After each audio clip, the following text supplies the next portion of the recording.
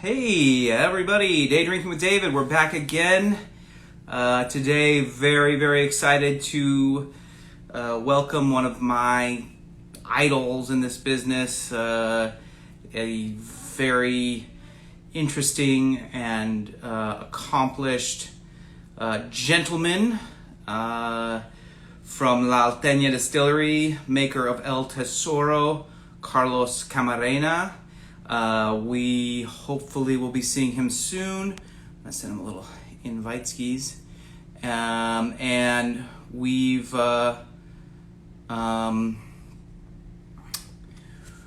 a couple barrels to select today, so really excited. I've been lucky enough to be down at the distillery previously. It's one of the coolest and most interesting distilleries. Not a whole lot has changed there in 75 years since they originally started. The Camarena family, we'll hopefully talk about it soon. Our longtime growers. Here's the gentleman himself. Right. Oops. Oh. It's telling me unable to join. Oh, I wonder what that's about. Wonder why that is. Instagram being super weird.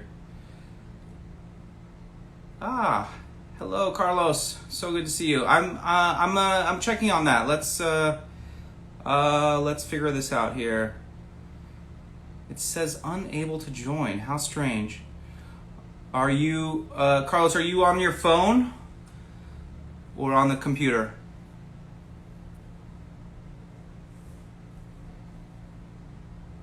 It's always a bit complicated to get started here.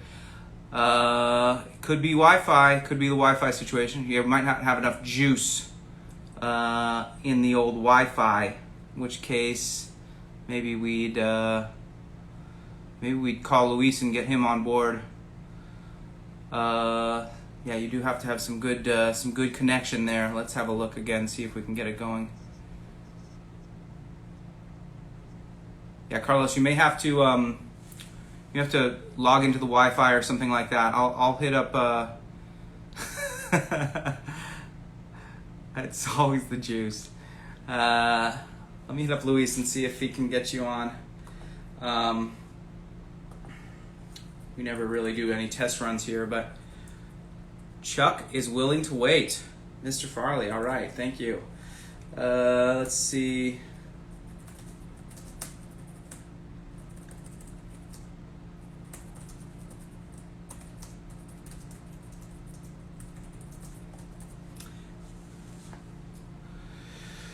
Oh, well, anyway, we're going to be tasting some awesome stuff as soon as we get this together. Oh, Luis is here? Okay, let's pop Luis on, see if we can... Yeah, I'm not sure what's going on with this. It just tells me unable to join and won't let me click on it, so just going for it. Going for Luis instead. Carlos can be here typing, and if we come through... Hey, man! How's it going? Hard to drop this on you. No worries. I wasn't expecting it, but we can't beat Carlos, who knows? Hold on. You know, it's like the lesson of 2020. Anything that can go wrong seems to be going wrong. But I'll keep checking back and see if we can figure that out.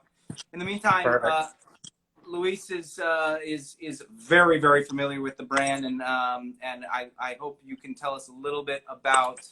Oh, he is here. Let's try Adam. I'm gonna close it out so you can try it with him. Yeah.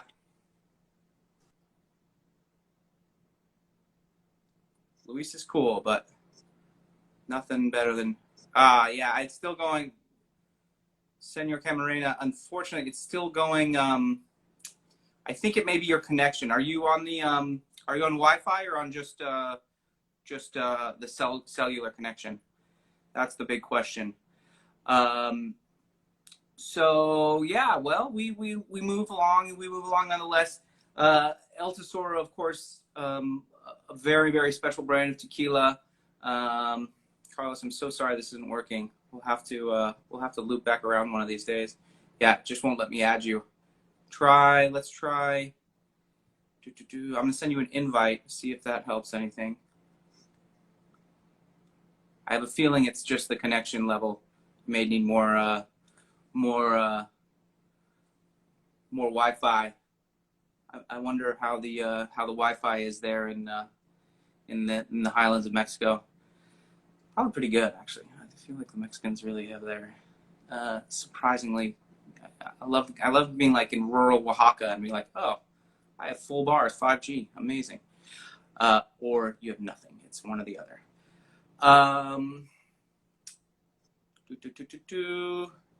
Carlos, let's see if we can get it going. I'm just gonna keep. No, still nothing. All right, Luis, you might be back on board. I'm not sure what to do otherwise, because I want to talk about this awesome tequila, and I really sad we're not seeing Carlos here, but he can join. I'm not sure what's going on. I think he's gonna have to go on. I just sent him a message.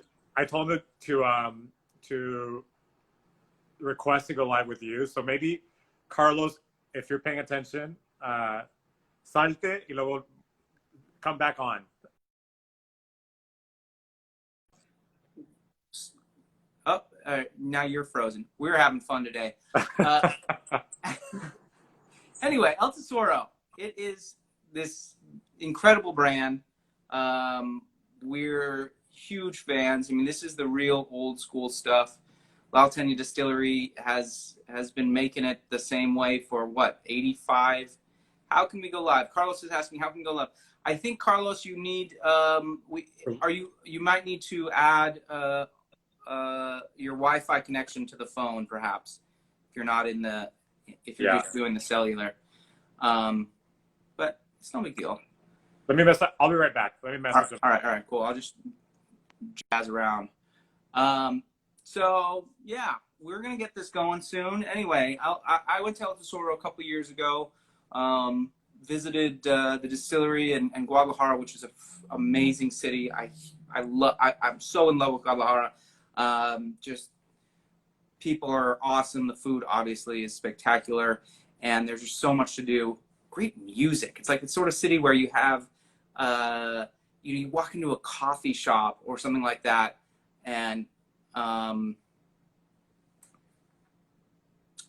the coolest music is playing, and you're like, oh my god, what is this? And you have to ask the bartender what it is, and then you go to the bookstore and same experience, and it's just, the coffee is great, the booze is obviously great, there's tons of craft beer and cool stuff. Mezonte is there, of course, which is a favorite of the stores. So highly recommend, when we're allowed to move around again, getting out to Guadalajara. It's kind of an interesting city. It's big, of course, very large, and there's a lot of money there, really. You have areas where you feel like you're in, on Rodeo Drive with, fancy stores, and then of course you have sprawling neighborhoods throughout the city, which are not that, but huge fan of Guadalajara. And we took up it's about 2-hour drive up to the highlands from Guadalajara, in the opposite direction from the Tequila Valley, which very, very different vibe. All good. Where we got nothing, we had nowhere to be, and you head up and they talk about this agave shortage. But it's not as though they're planting agave everywhere. Right? It's a very complicated situation. It's not until about an hour plus into the trip that you start to see little plantations, usually like right around people's homes. And then, as you get further up, you start to see the like real, the real ranchos, the big plantations, and very different climate, of course, different soils, different terroir than the lowlands, and it's a unique place, and it really, even though agave is not endemic to this region, although Jalisco has huge amounts of agave. Okay, let's see. Is it happening? It's happening for us. I think it's happening. Oh my God, my friend. Okay. Finally, amigo, we're here. It's so good to finally, see you. it's so good to see you. How are you? Let me turn this up a Good, little. thank you. Oh, you look well. You look well, man. Are you? Thank you. You're at home right now, right? Yes, I am home. Me too. That's we By don't. my cellar. By my Oh, there cellar you with go. some Not too tequila to bad. drink. You're set. You don't need anything else. No, no, That's very cool. I have a few. I have a few bottles in case that we need some. Yeah, So man. I'm all set. Yeah, you beat me. That's for sure. I don't have quite that selection. Although I do have a couple bottles of El Tesoro in my cabinet. I'll tell you what, can't be without that. Are you well, man? How's everything in Mexico right now? Everything is well. I mean, we are same as everybody suffering the pandemic right now. I have one of my field teams in quarantine because the father of one of the employees now is at the hospital with the COVID. So we are trying to be extra careful. I decided to send all people home for quarantine. So Yeah. we're trying to do our best. Yeah, it's interesting because you think of, the Highlands it's pretty far out there. I mean, like, but I guess there are people traveling all over Mexico all the time. So it's very difficult. I wonder, so the distillery right now is totally closed, or is it still operating? No. No, we are operating. We Okay. are considered essential business, and I know Great. tequila is essential. No So we Yeah. keep on operating with again with a lot of precautions, but we keep on operating. I was a little concerned there. The Mexican government at one point had closed everything, right? And then they kind of opened back up, or was tequila always allowed? Always has been allowed. Okay. So I mean, we are not receiving visitors, and we are taking extreme precautions with all of our personnel. But we keep on working, fortunately. Beautiful. Well, I'm so glad you're healthy and doing well, and the distillery is still working. Can you tell us a little bit about? I mean, most of these people probably know it, but tell us a little bit about La Alteña Distillery and your family's connection to agave and tequila, and yeah, I'd love to hear a little bit of the history. Well, La Alteña Distillery was founded by my grandfather in 1937, and I am third generation master distiller at that particular distillery. Anyway, at my family, we have 5 generations growing agave and producing tequila. And still nowadays, to me, the most important element on tequila production is growing the agave by ourselves. I am an agronomist. Yeah, you're a specialist in the plant. I firmly believe that if you have first quality agave, then you have a chance to produce first quality tequila. Yeah. But as the agave takes so long to grow and mature, sometimes there's a shortage of agave. Right now, there is a shortage of agave.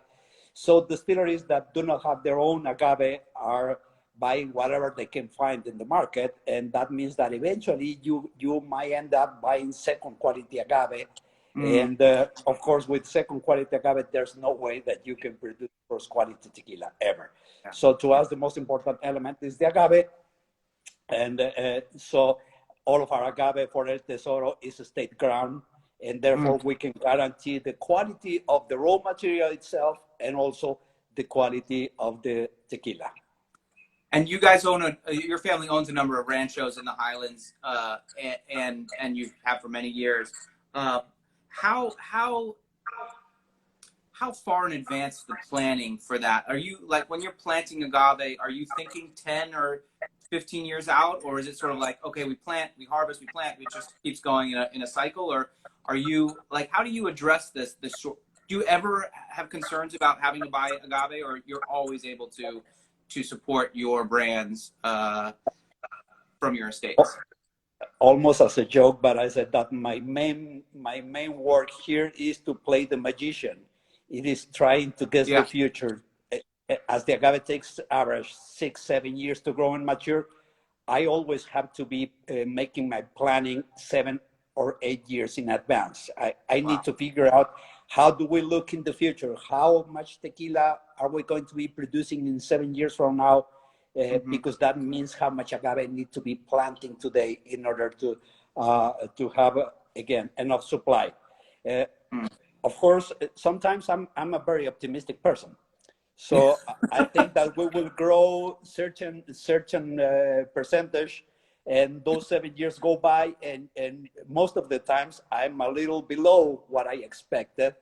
The good part about that is that we always have enough agave for our needs, and I can still have some agave even to supply other distilleries. Right. So I can sell to other people, which is always better than to see what's available in the open market. And is the shortage, do you think, a result of poor planning on the part of growers, or is it simply a fact that people are drinking so much more tequila now than they were 10 years ago? That what's the root cause, you think, or it's just simply a fact of the market? It's boom or bust in tequila, and that's how it works. I think it is poor planning because, again, if the agave takes average 7 years, well, in order to decide whether to plant agave or not, if you are an independent grower, you have to try to see how the market is going to be in 7 years, not how is the market today. It is a long-term investment. Right. What happens is that, unfortunately, most of the independent agave growers will make a decision based on today's price. And therefore, as now it is a shortage, everybody is planting agave as crazy. And in 7 years from now, there will be more agave than what we need. Some agave will be rotting in the fields, the price will come down, and in those events, the people get disappointed because they are losing money, they stop planting agave, and that 7 years down the road will lead us to another shortage. So these kind of cycles have been happening for over 100 years. We'll fix everything. Pardon? We're just going to drink a lot more tequila, and then we'll be fine in 7 years. Well, yes, but plan, also right?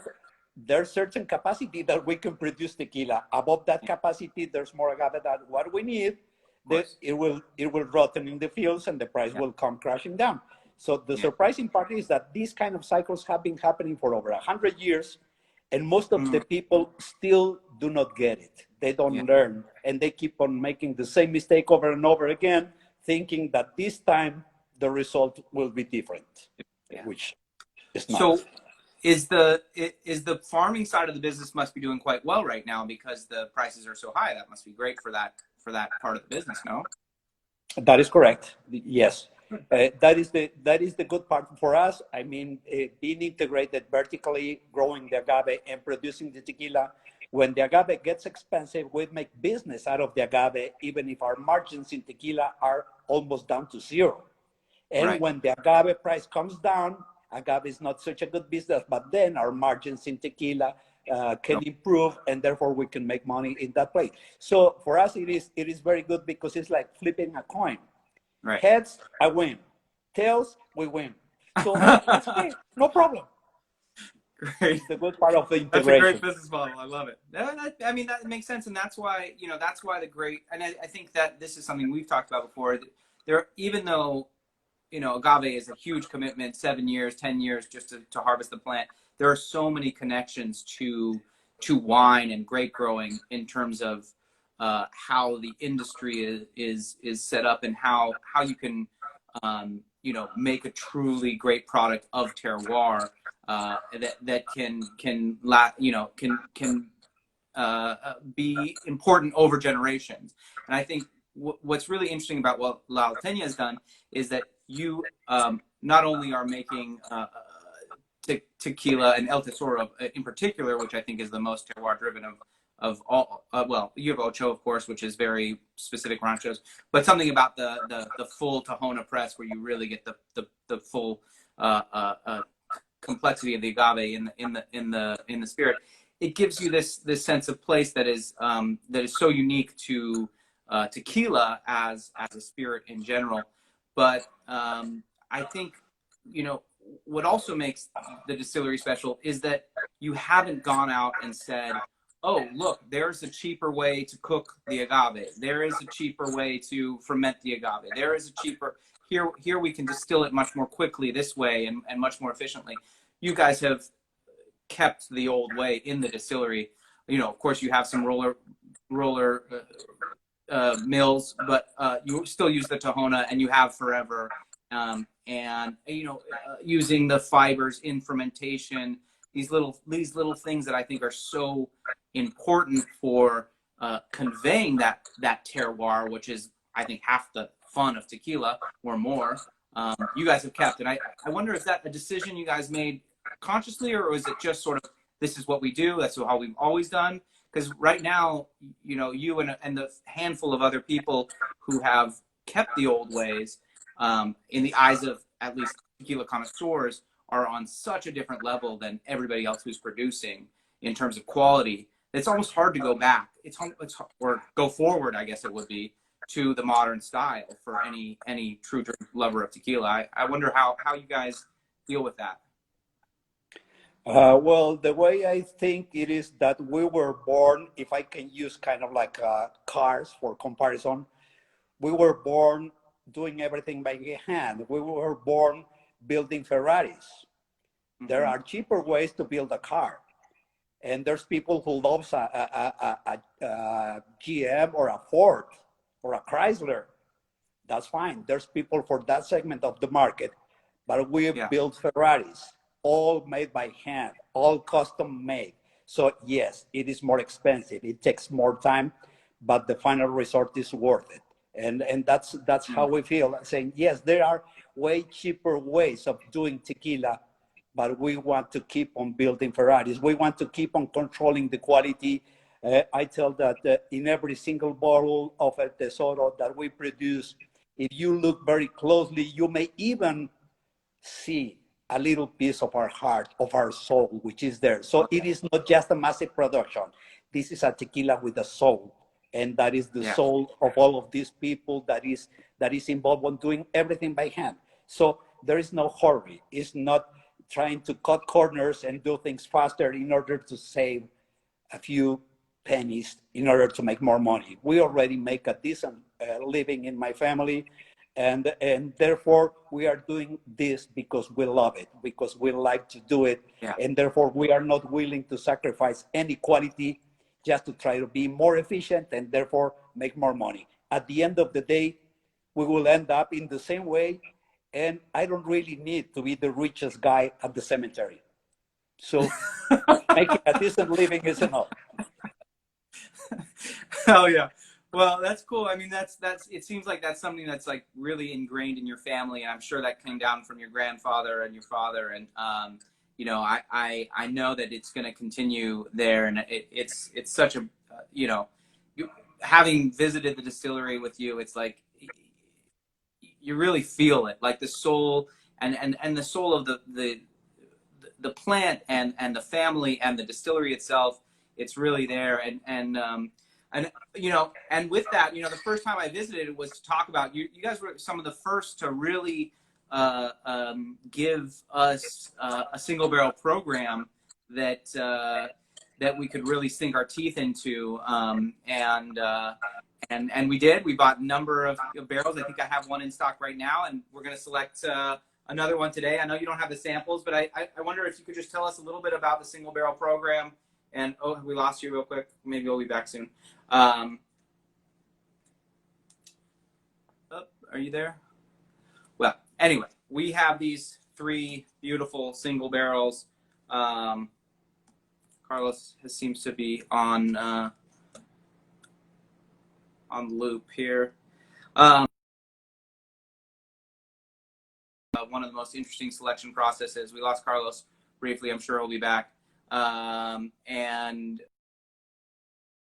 most interesting about it, not to mention, you know, it's just delicious stuff.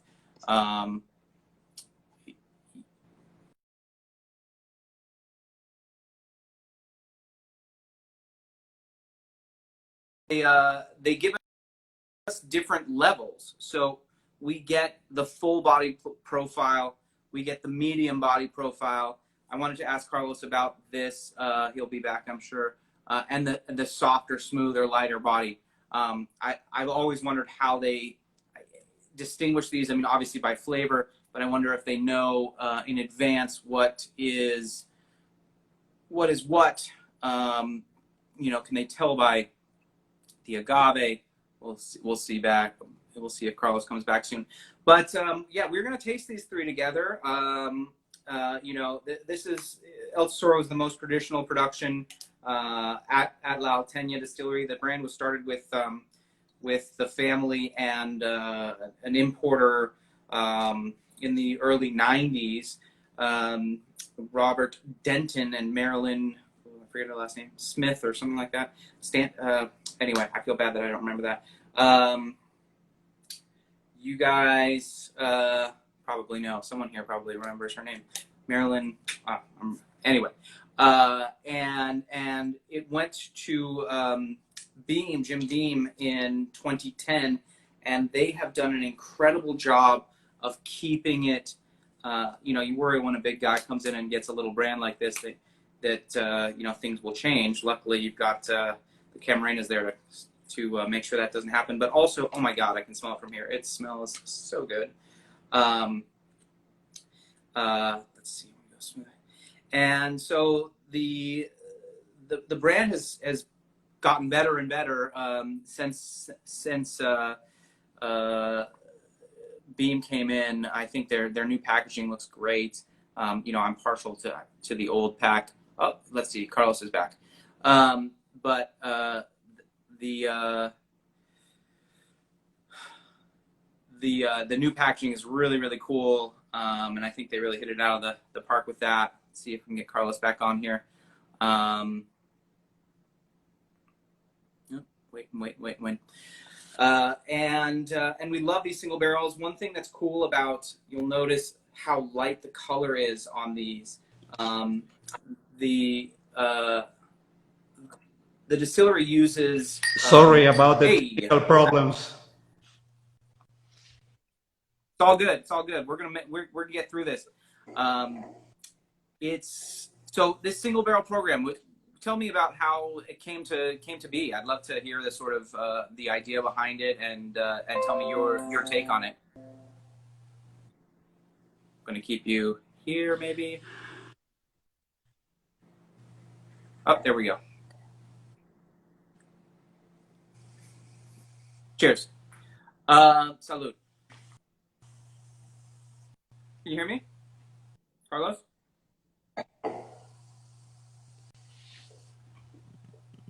I don't know if you can hear me, see me now, because I'm having some technical problems, as you can see. Well, I can hear you just fine. I hope you can hear me. Can you hear me now? Perhaps not.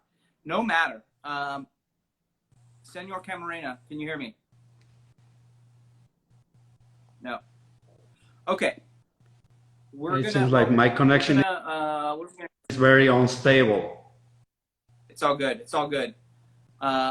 There we go. Someone's asking a question. Can you read that, Carlos? Tell us about the single barrel program. El Tesoro. It's the best.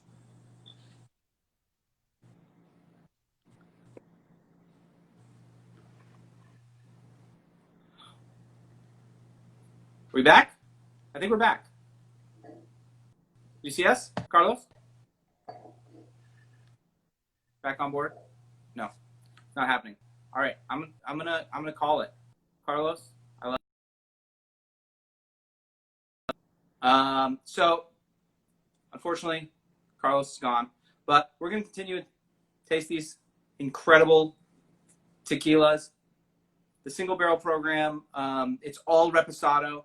El Tesoro does not use you know, it's not big oaky tequila. They always use they always use used barrels, you know, obviously American oak, and some first, second fill, but generally a little, even third and fourth I've seen there. And the three different styles, left to right, we're looking, I guess for you, right to left.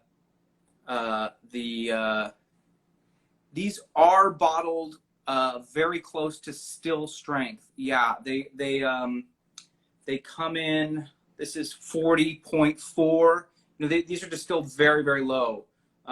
So they're still down to very close to 40 proof, and then aged for less than a year in barrel. And I don't believe they're adding water before bottling, if I remember correctly. Yeah, they rested. Unlike some of the other brands, they're rested at very, very low, proof, even lower than like Fortaleza, which is at 46, and most tequilas coming into barrel up at 110. So El Tesoro is distilled extremely low proof, meaning you're going to have more of the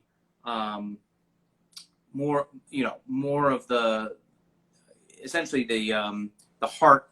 Let's see if we can get back. Going live again. Let's try this again.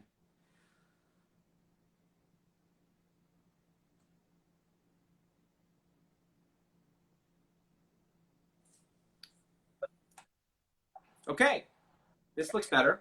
We're back. Well, I'm having a lot of technical problems, but I am back. Well, we're happy to have you back. Let's quickly talk about the single barrel program. Can you tell us how that started and how you make the selections for the program? Yes, actually, I mean, every batch of El Tesoro Reposado usually consists on about 160 barrels.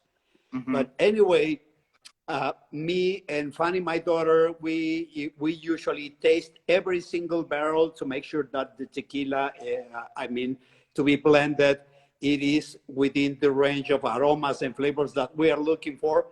But also, what we found is that El Tesoro, being a reposado that remains in barrel for 9 to 11 months, so it's closer to an añejo.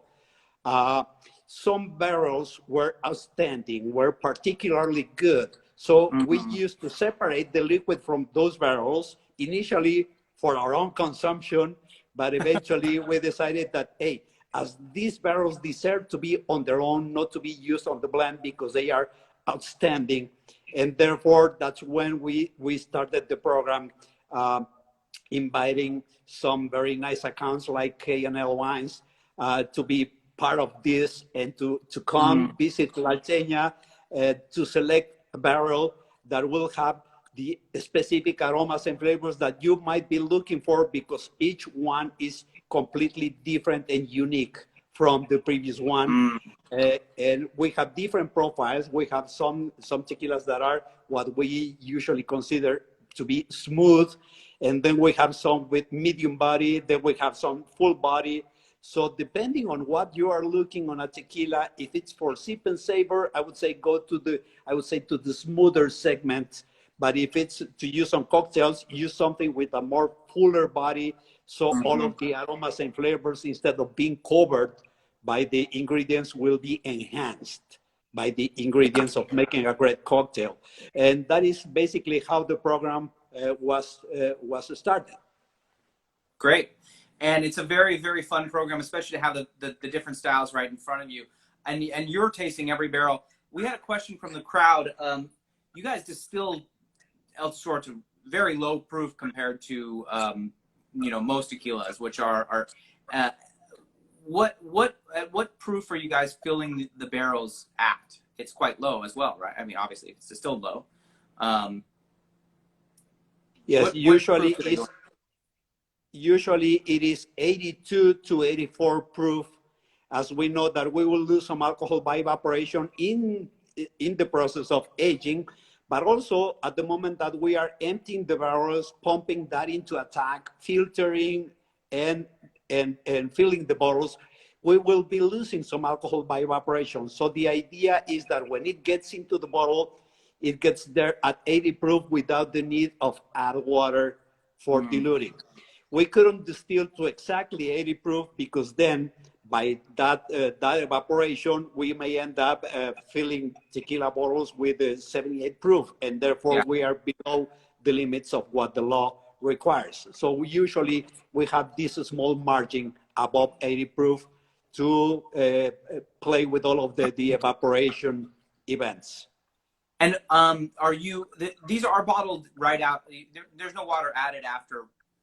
They're just 40% and a little bit more, right? 40. That's right. Yeah. For what I see on the 3 samples that you have, we have some with 80.8 proof for the smooth and the full body, and then we have the medium body is 41.4 proof. Yeah. So again, as they came out of the barrel immediately. Beautiful. And I wonder about that process of distilling to lower proof. That's something I think that's really important for the character of El Tesoro. Does that mean you're distilling longer and slower than a normal distillation? How does the distillation for this brand differ from your other brands? Yes, with every brand, after first distillation, in our case, usually what we call the Ordinario, which is the liquid from first distillation, will have about between 60 and 70 proof. If you take that Ordinario to a second distillation, you will end up with tequila that will be 110, 120 proof. So what we do is actually we cut the Ordinario down in half. So from 60 proof, we go back to 30 proof, and then we take that liquid into second distillation. If you have not enough alcohol inside the still, there is no way that you can go higher on distillation. Why we do that? That is the main question, is why to do it. It is the fact that tequila consists only on alcohol, water, aromas, and flavors.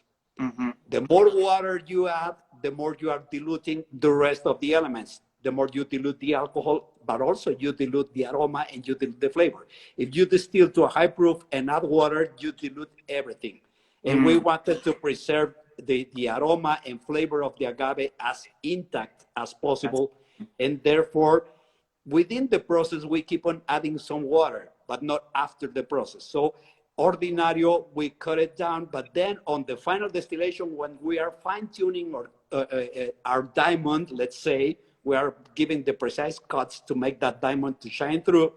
We didn't have so much methanol or so much ethanol, so much alcohol in our blend, but we had all of the aromas and flavors. And therefore, our concentration of alcohol will not go very high, but we keep all of the aromas and flavors intact, and then we are not diluting those with water. So that is the reason to do it. So essentially, I mean, you're not having to add any or very, very little water at bottling to get to that 80 proof. You're kind of coming in for the añejo version.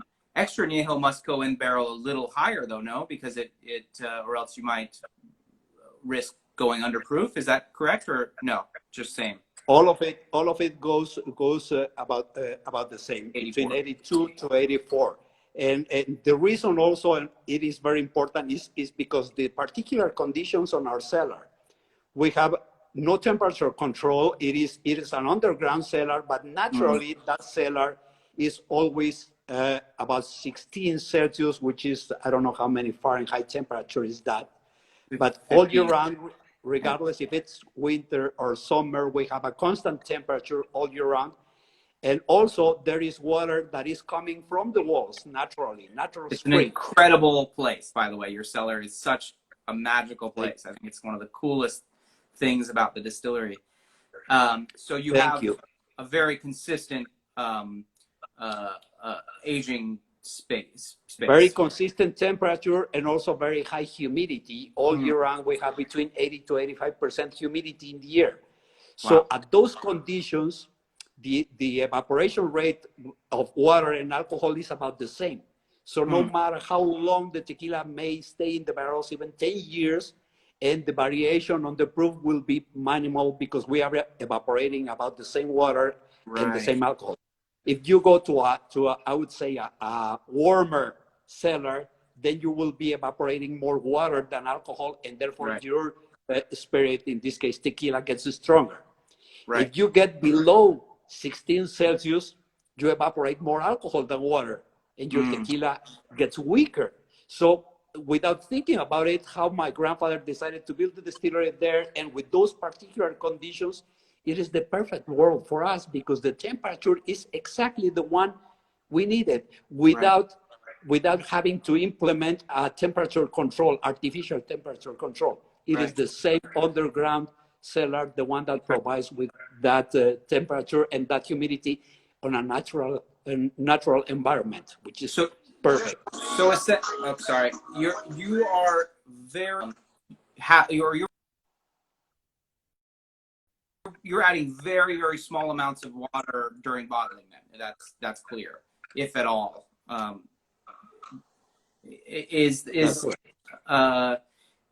So you know, when someone just asked, are you asking any still strength offerings of El Tesoro?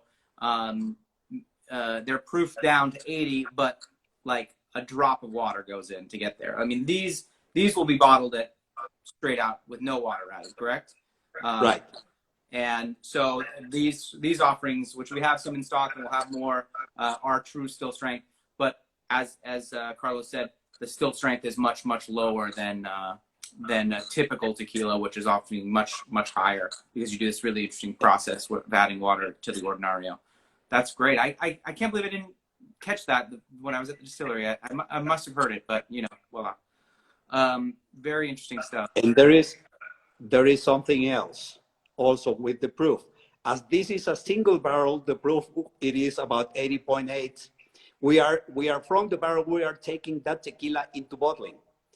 So we are losing very little alcohol by evaporation. The moment that you are making blends, even if the rest of the barrels would be around 81 proof, we are making blends. We have to homogenize everything.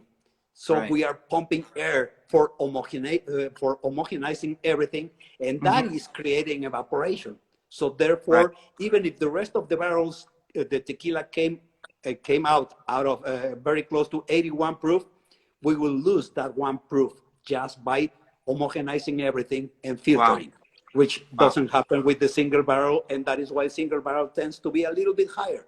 Yeah, very cool. That's so interesting. I love that. So, you know, anybody who wants still strength tequila can pick up pretty much any El Tesoro, and you're there. Yeah, 80 is someone's asking, 80 is the threshold for the U.S. market legally. In Mexico, you can go below, I think to 35. But I don't think you bottle El Tesoro below 80 proof in Mexico at all. No, everything is all of it is 80 proof. Great, even if the law allows to go lower. But again, go lower means add more water and sell that water as tequila. Yeah. Hey, make your margin adding more water. Well, not our case. We don't need that margin by adding more water to bring it down to 70 proof and then make your margin out of that water that you are selling at a tequila price. No, everything is 80 proof. Beautiful. Well, this has been such a pleasure, Carlos. Thank you so much for trudging through the technical difficulties. I cannot choose. That's the biggest problem with this program.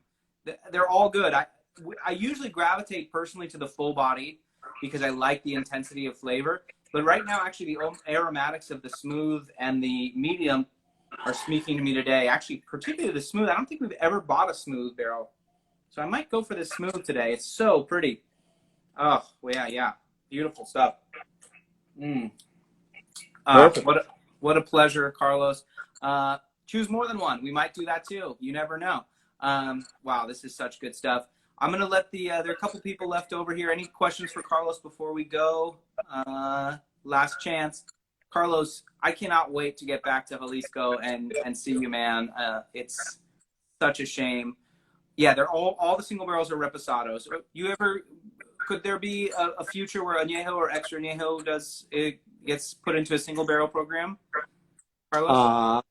Maybe añejo in the future for extra añejo, as we have a good amount already in tanks.